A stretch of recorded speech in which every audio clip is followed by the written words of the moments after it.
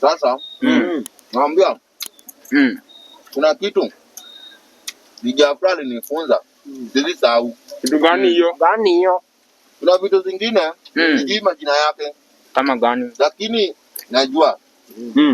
Kitu kama ndege ina fly alafu inakimbia kwa maji. Sasa hiyo ndio inaitwa gani professor? Ndio si Dijafra alisema inaitwa ndegman.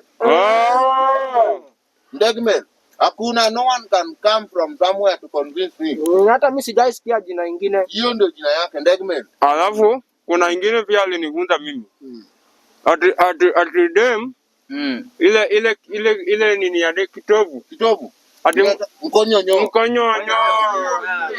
Na hapo chini. Chini hapo ni chero. Mimi kuna vitu vingine hakuna mwenye anaweza ni convince. Inaitwa nini? Ni hiyo. Ati ukianguka chini, ati ukianguka na matako ni hiyo ni inda. Inda. Alafu kuna ingine alikuwa anasema yule mtu amependa mchezo sana. Anacheza sana.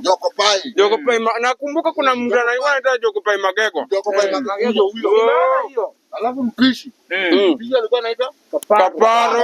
Lakini Dijafra. Alafu mwenye ana spin. Jakadere. Kuna mwenye anani convince eti hizo hayo majina hayapo. Hizo ziko. Kweli. Hadi Mbaruya. Mbaruya. Yule jamaa mweusi.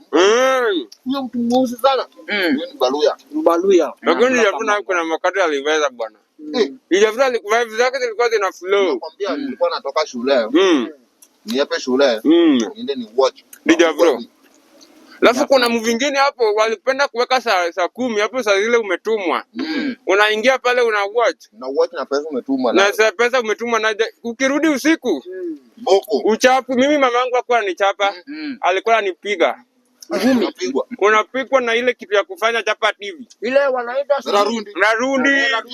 Rarundi akipiga hapa. Mkono umeweka chini, akipiga miguu wewe unaenda chini. Na utaenda shule aje bwana? Sasa mimi silifanya hadi nikarudia class 7.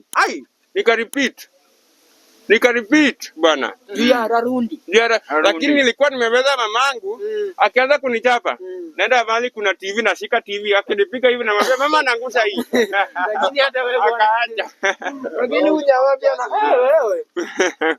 Lakini Dijafra ilikuwa tamu bana. Dijafra.